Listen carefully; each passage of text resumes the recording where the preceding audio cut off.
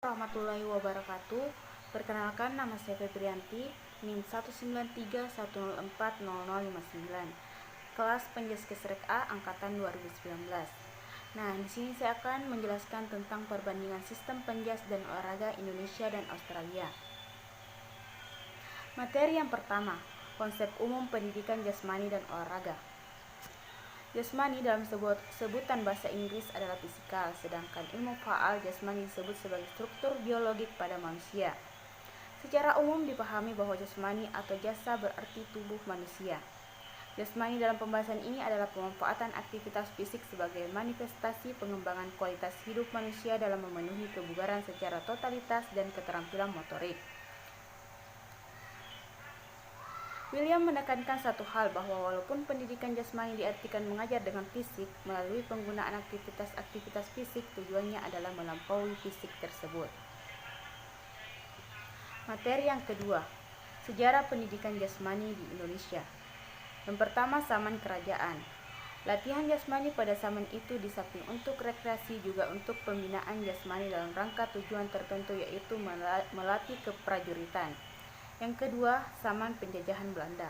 Pada masa itu berkembang sistem Jerman, sistem Swedia, dan sistem Austria. Yang ketiga, zaman penjajahan Jepang. Jepang berusaha melatih latihan kemiliteran pemuda-pemuda Indonesia untuk memerangi bangsa Barat.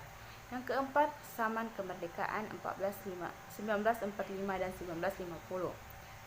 Kementerian dan pengajaran bertugas pokok. Yang pertama, menyelenggarakan latihan-latihan jasmani guna memasuki angkatan perang secara besar-besaran. Yang kedua, membina mental yang rusak akibat penjajahan Belanda dan Jepang. Yang kelima, masa tahun 1951 sampai 1990-an. Banyak kegiatan yang dilakukan untuk memajukan penjas dan olahraga di Indonesia. Yang pertama, PON 4 tahun sekali. Yang kedua, POMNAS 2 tahun sekali. Yang ketiga, mengikuti Olympic Games 4 tahun sekali. Yang keempat, mendirikan Departemen Olahraga tahun 1962. Yang kelima, melaksanakan Panji Olahraga. Yang keenam, membentuk BAPOPI. Yang ketujuh, menetapkan HORNAS. Yang kedelapan, kompetisi cabang-cabang olahraga. Sejarah perkembangan olahraga di Indonesia dimulai sejak zaman raja-raja sebelum penjajahan hingga sekarang ini. Olahraga selain merupakan bagian dari kebudayaan manusia, juga merupakan bagian dari hidup manusia. Pendidikan jasmani dan olahraga dalam perspektif sejarah bangsa Indonesia berkembang tidak dalam kesendirian.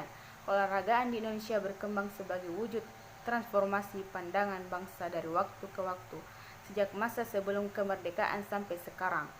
Selain itu, sistem pendirian jasmani di Indonesia semakin berkembang. Sistem pendidikan jasmani ini dimulai dari masa penjajahan, masa kemerdekaan, dan masa Orde Baru.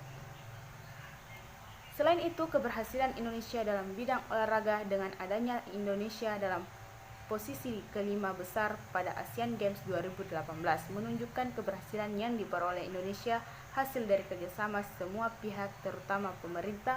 Dalam hal ini pemerintah pusat, yaitu Kemenpora, kelembagaan yang mengatur tentang semua olahraga yang Indonesia berhasil melaksanakan tugasnya dalam event Asian Games 2018. Indonesia salah satu negara yang berkembang di dunia, tentunya berkembang di dalam segala hal. Tanpa dipungkiri, perkembangan di dunia pendidikan dan olahraga sebagai bukti nyata perkembangan di Indonesia. Olahraga Indonesia menempati peringkat 5 besar dalam perhelatan olahraga terbesar di Asia, yaitu Asian Games 2018. Dalam hal ini, kelembagaan yang mengatur mengenai pendidikan dari tingkatan pendidikan dasar hingga tingkat tertinggi terdapat di dalam kelembagaan Kemendikbud. Kemendikbud sendiri yang mengatur mengenai beraturan atau undang-undang dan kaitannya. Yang ketiga, sejarah pendidikan jasmani di Australia. Bidang ini ditandai dengan munculnya sejarah besar pertama pendidikan jasmani, merintis di antara sejarah dunia pendidikan Dalen DKK 1953, sejarah dunia pendidikan fisik, budaya, filosofis, komparatif, dan Dixon DKK 1957. Tengarah dalam sejarah pendidik fisik. Ini adalah survei pendidikan jasmani yang paling komprehensif dari masyarakat kuno hingga abad pertengahan, hingga Eropa modern, Amerika Serikat, dan sejumlah negara kontemporer lainnya. Awal mula perkembangan sistem pendidikan jasmani di Australia yaitu pada periode pribumi atau prakolonial, periode kolonial, dan periode pasca kemerdekaan. Australia dalam federasi dari 6 negara berdaulat yang menempati area seluas ukuran daratan Amerika Serikat. Sekitar 2/3 dari 11 juta warga Australia berada di kota-kota pesisir. Pertanian skala besar beroperasi yang menghasilkan gandum, wol, daging sapi, dan produk susu. Namun sebagian besar Australia gersang dan tidak layak untuk pertanian. Kontrol pendidikan negara di Australia dengan sistem administrasi yang sangat terpusat yang pada dasarnya adalah sama setiap negara. Commonwealth adalah kantor untuk pendidikan yang didirikan pada 1945 yang merupakan pekerjaan tambahan Departemen Pendidikan Daerah, tetapi tidak mengawasi kegiatan mereka. Pemerintah Commonwealth persemakmuran memiliki punguran pajak yang besar dan jumlahnya dilokasikan ke daerah, tetapi tidak mengontrol pengeluaran daerah. Kecuali untuk proyek khusus, masyarakat setempat tidak pernah mendukung sekolah sehingga tidak memiliki suara dalam operasi proyek mereka karena setengah dari penduduk tinggal di 6 kota-kota daerah yang jarang menetap tidak mampu untuk mendukung sekolah-sekolah. Kontrol negara yang memasukkan standar pendidikan yang lebih seragam di seluruh kecamatan, distrik. Pertandingan kriket dan futbal. Pertandingan kriket dan pertandingan futbal adalah hiburan nasional mungkin menarik 100.000 penonton.